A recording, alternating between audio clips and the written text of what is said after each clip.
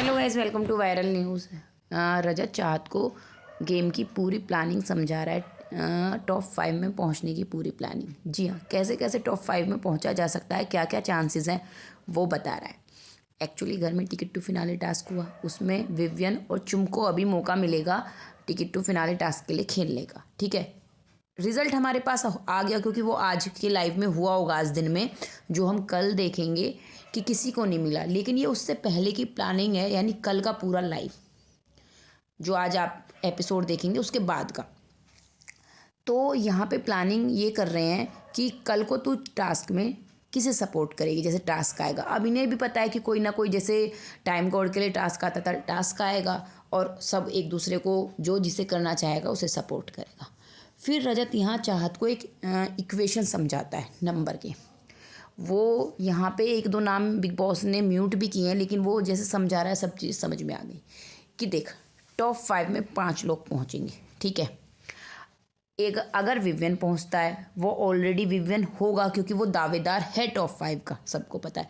लेकिन अगर तू किसी ऐसे कंटेस्टेंट को सपोर्ट करती है जो टॉप 5 का दावेदार नहीं है और वो टॉप 5 में जगह बना लेता है, मान लो चुम टॉप 5 में पहुंच गई, मतलब फिनाले वीक में पहुंच गई ना वो वाला टास्क जीत के, अगर चाहत चुम को सपोर्ट करती है। ये रजत खुल के समझा रहा है एक एक बात को कि समझ चीज़ों को।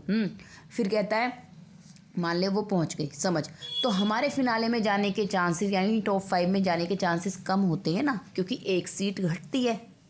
बात भी सही है, और ये चाहत के लिए बिल्कुल सही चीज़ समझा रहा है ना। वो कहता है कि विवियन तो ऑलरेडी है, दावेदार भी है और वो जाएगा भी, तो एक सीट तो गई गई, बचे 4 जैसे।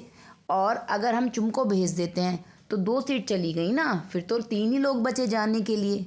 तो ये इक्वेशन वो उसको समझा रहा होता है। चाहत कहती है मैं समझ आ गया मुझे, लेकिन फिर भी वो यही कहती है कि जो मुझे ठीक लगेगा मैं वही करूँगी। शायद वो बोलती है कि वो चुम को ही सपोर्ट करेगी। तो रजत कहता है फिर भी ध्यान देना, तू ध्यान रखना। और चाहत कहती है हाँ, तुम भी सोच समझ के ही करना, तुम भी अपना सोच के ही करना। रजत कहता है मैंने अभी सब चीज़ें नहीं सोची हैं, है ना, अभी टास्क देखा जाएगा, जो टास्क आएगा कि किसको सपोर्ट करना है, अभी और चीज़ें सुन के जाइएगा। एक तरह से ये चाहत की बेहतरी के लिए ही है, क्योंकि विवियन को तो पता है और रजत को तो पता है, जितने भी घर में सब आए थे सब बता रहे थे कि रजत टॉप पर है। ठीक है, तो एक तरह से वो चाहत को इक्वेशन समझा रहा है कि अगर वो इविक्ट नहीं होती है, और उसकी भी इक्वेशन इसने बताई थी इविक्ट ना होने की भी, शाम के टाइम कुछ टिकट टू फिनाले टास्क के दौरान ही इनको ये बोला गया है शायद कि जो एक तो टिकट टू फिनाले टास्क जीत जाएगा, बाकी सब जितने भी बचे हुए लोग हैं ना वो नॉमिनेशन पूल में आ जाएंगे। कुछ इस तरह से रजत डिस्कस कर रहा था कि भाई सब भी नॉमिनेशन में आ सकते हैं, तो ज़रूरी नहीं है कि इन तीनों में से ही कोई एकदम बाहर जाएगा या 2 बाहर जाएंगे, बाकी सारे लोग भी नॉमिनेशन पूल में आ सकते हैं। ये बातचीत इनकी हो रही थी शाम के टाइम। इसके अलावा वो ये जो कह रहा है ना कि मैं तो ईशा को सपोर्ट करता गेम में, टिकट टू फिनाले वाले टास्क में, नहीं करता ये। इसने पूरा दिमाग लगाया, उसी हिसाब से अंडे दिए कि टॉप 5 में वो ही लोग आगे जाएं, मतलब टिकट टू फिनाले उन्हें ही मिले जो ऑलरेडी दावेदार हैं कि वो तो जाएंगे ही जाएंगे, टिकट मिले ना मिले।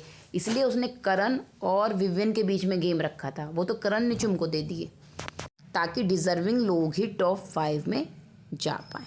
Okay guys.